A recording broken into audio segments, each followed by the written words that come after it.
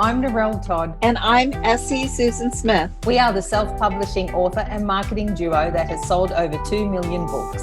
But we didn't start out knowing how to sell books. Fast forward past many failed promotions and a lot of lessons learned, you will see how we went from self-publishing newbies to hitting the New York Times bestsellers list and making the USA Today bestsellers list 19 times and counting. We created the Get My Book Out There podcast to give you simple yet effective marketing strategies to increase readership and book sales, so you know what to do, when to do it, and how to do it, as well as some tips for staying mentally and physically well. Let's get started. Feedback's necessary, but it's also can be quite challenging. When you just say put out a new book, or with a course I was doing, that I released recently, you put this thing out that you've put your heart and soul into, and then people start to leave comments that sometimes aren't favourable. So what we wanted to talk about today was how do we deal with feedback, the good, the bad, and the ugly, because it's certainly a part of every creative's life. And as you can imagine, we're going to share the good, the bad, the ugly, but not necessarily always the silent. No. We may have to bleep that one out. But part of dealing with feedback is knowing when to have that sense of humor to go with it. Yes. Yeah. So what's your first tip? So my first tip, these are some that I've learned basically 8 to 10 years, is don't take it personal. That has been one of the biggest challenges that I have faced, is not to take, the feedback that I get personal. It's not against me. Yes, definitely. My granddad used to say that a broken clock is always right twice a day. When people say don't take it personal, I always used to think, well, how do I not take it personal? Of course it's personal. This is my thing. And that's where you have to be able to disengage from your book or your whatever the creative process is that you've delivered is not who you are. It's something that you've created, but it's not you. So when people are making comment, they're not making comment about you. It's just about something else. So you need to be able to disengage from that sense of it's a part of you, where it is a book, or it is a course, or it is a service, but at the same time, it's not you. So and you also have to realize that not everyone, what you do, what you write, what you present is not for everyone.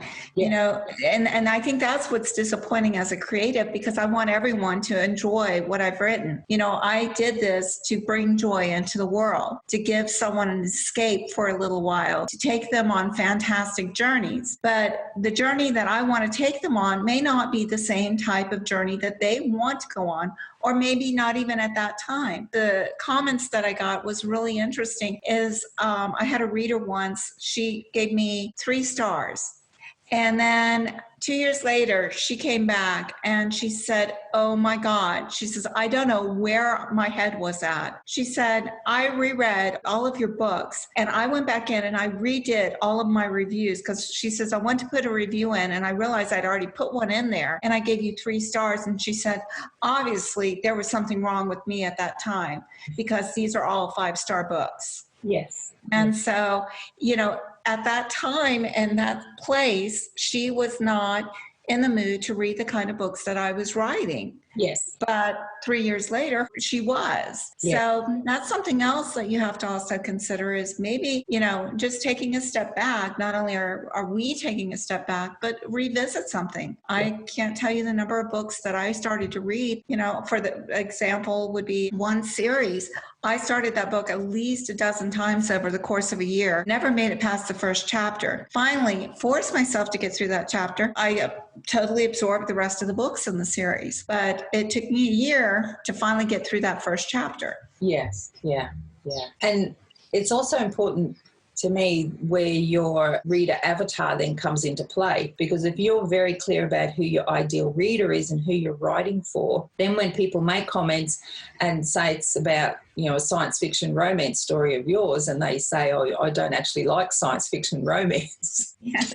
And they give you a bad review, there's, it's like, well, they're not my ideal reader anyway, so you give them the weight that deserves. So it's important to keep that in mind as well, that you're not for everybody and everybody's not for you, and that's okay. Well, and the second thing that I've learned is definitely don't engage. Yes, if you're on a platform other than where they would leave a review, you can have a conversation. But if somebody, especially if they leave you a negative review, if they leave you a positive one, you want to say thank you. If they leave you a negative one, start with thank you and stop there. Because engaging is never a good plan. It's just going to go downhill from there. So, and another thing I learned is that there are trolls out there. That's something that my youngest son told me about. And so he said, "Oh, Mom, just don't worry about that. Whatever you do, don't engage." Yes.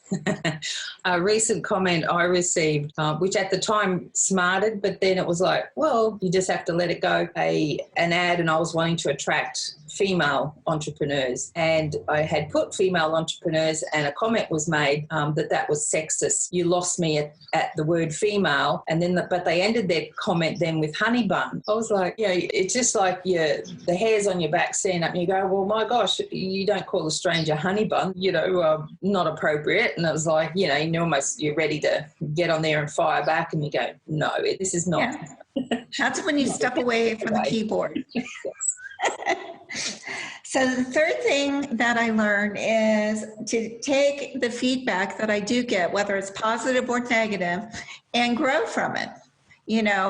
There's certain negative comments, of course, that you'll just automatically discard because you know that they're not done and they're not creative criticism. But if they are done from the heart with creative criticism to help you grow as a person, then I take it to heart and I actually follow through. And, I do more research, or I'll catch myself as I'm writing, and I'll make sure that I say, wait a minute, they said I use this word way too much. I need to be conscious of the fact that I tend to use this word. So let me change it up a little bit. Yes, exactly. Not all negative feedback is negative. You can use it, to improve what you're doing. And I think that's the approach you need to go into feedback with is this right? Is it appropriate? What can I take out of it?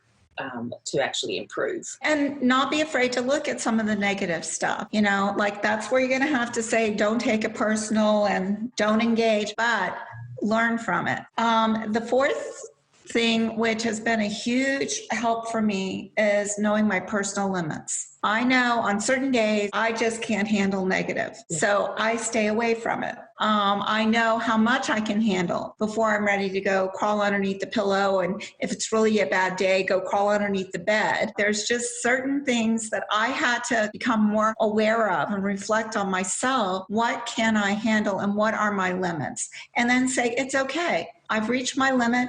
I'm done. I'm not going to beat myself up because of it. Absolutely. Now, the fifth thing I would say would be celebrate yourself. And this is something that I've learned from you. Over the years, you have drugged me out from underneath those covers, underneath that bed, hiding in the closet, that I'm never going to write again, or I can't deal with this anymore type thing. And, you've shown me how I can celebrate what I'm doing. Yeah. Often what we find is we may get one negative comment for every, say, 99 positive ones that we get. But we focus, and I think it's just a natural thing that we focus on that one, and it becomes, oh my gosh, they've, said these things, and how dare they? Or, oh yeah, I'm a terrible writer. Meanwhile, my baby's ugly.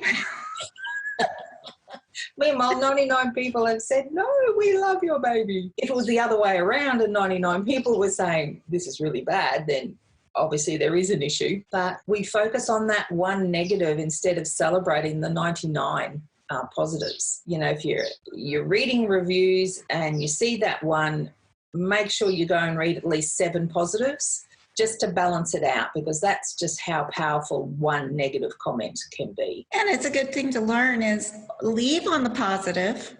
Don't leave on the negative one, leave on the positive one. And also recognize in yourself, if you're saying something negative, that impact has on other people. Where, if you say something positive, how much more they grow from that. So those are our 5 tips for today, in dealing with feedback is 1, don't take it personal. 2, don't engage. 3, learn from the feedback, whether it's positive or negative, but it's positive, creative criticism to help you grow. Number 4 is know your limits, your personal limits, and stick to them. And 5, celebrate yourself. I think that is the biggest thing, and it's positive. That's what you want to leave out on. So we'll leave on that positive note.